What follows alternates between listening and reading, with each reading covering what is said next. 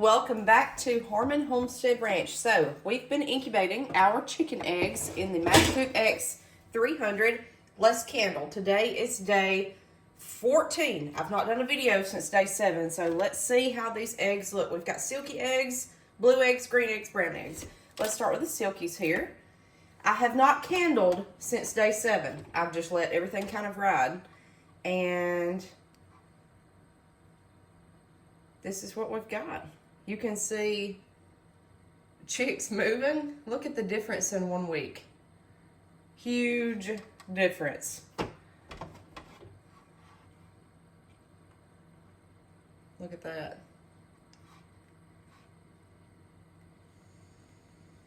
You can see the structures of the chick.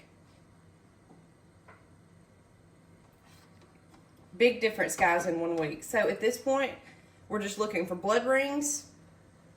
I've shown you that in videos, and you're looking for, if you see a blood ring, the egg needs to go out, but you're looking for movement in the chick, and you'll see it. There should be no question at this point whether your egg is fertile or not. You can see the whole chick moving.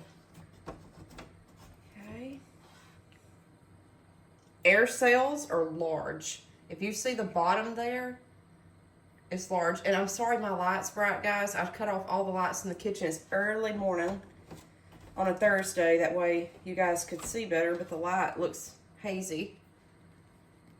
So,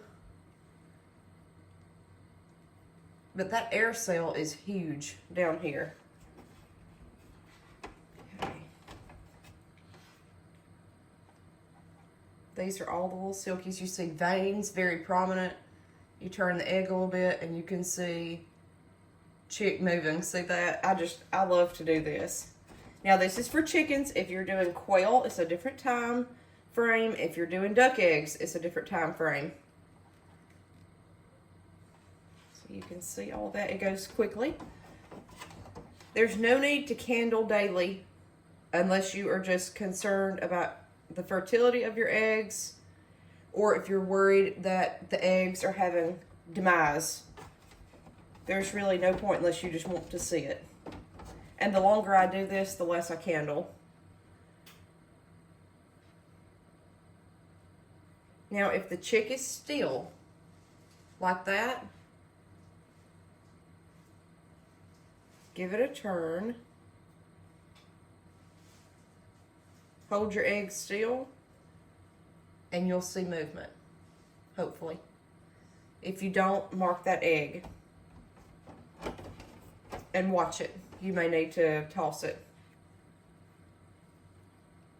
Usually just picking the egg up will have the chick just upset, and it'll be moving around in the egg like that.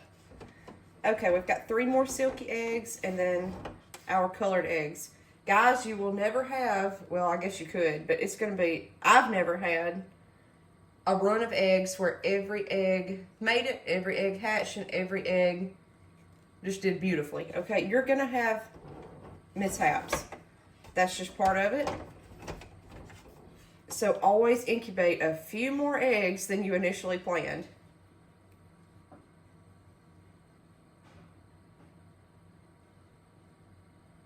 To me, the better the movement, the better the chick is. You want to see a happy, healthy, moving chick.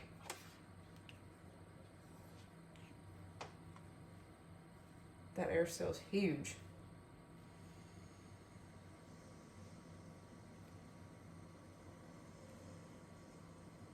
I see the chick moving. Very good. Okay, now let's start on the blue Americana eggs. So we see a huge vein there. And again, I can see this much better through the camera than I can with the bare eye. But you can see the chick there. Give it a gentle spin. I can see movement. Okay. 1 more Americana egg. But these are actually going to be olive eggers. Look how large the air cells are at this point. Yeah, he's rocking and rolling. Okay, let's look at the 2 Moran eggs. Dark chocolate egg. Definitely see chick. I see movement. Very good. 3 more. 1 more dark chocolate. I see a huge vein there. I see chick. Movement. And at this point, you could actually feel the egg kick in your hand. Okay, olive eggers. Let's look through the camera. Definitely see movement. I'm watching the air cell. At this point, you can mark the air cell if you're worried about it. Go on and take a pencil and mark it. It should be getting larger each day.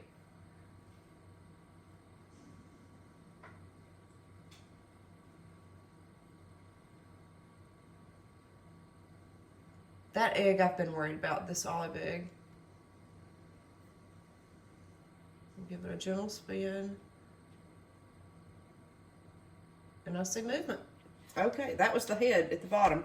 Okay, guys, so at this point, I'm going to cut my candler off. We'll put the lid on. Still make sure that your eggs are turning multiple times a day. Make sure your temp is, I keep mine 99.5, and make sure that your humidity is 45 to 55%. Keep water in this. It will go up and down. And just monitor it, okay?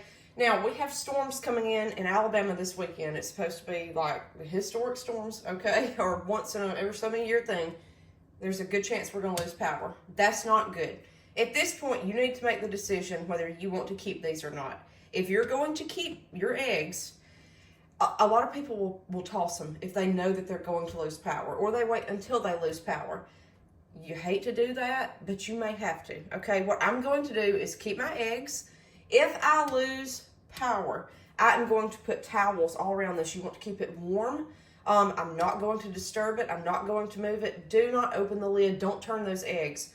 Don't worry about hand turning. Just let them sit here. If you have a vent plug, which I do up here in the top, close it if you lose power to keep heat in there and moisture, and make sure that you do have water inside the incubator to keep it moist and humid. And just hope for the best, guys. That's really the best that you can do. But do not open your incubator to turn the eggs if you have a power loss. Once you get power back on, plug or keep the incubator plugged in, make sure it's back on, and let it come up to temp. I'd let it sit for a couple of hours at the right temp, because it'll take a while to get back to where it needs to be.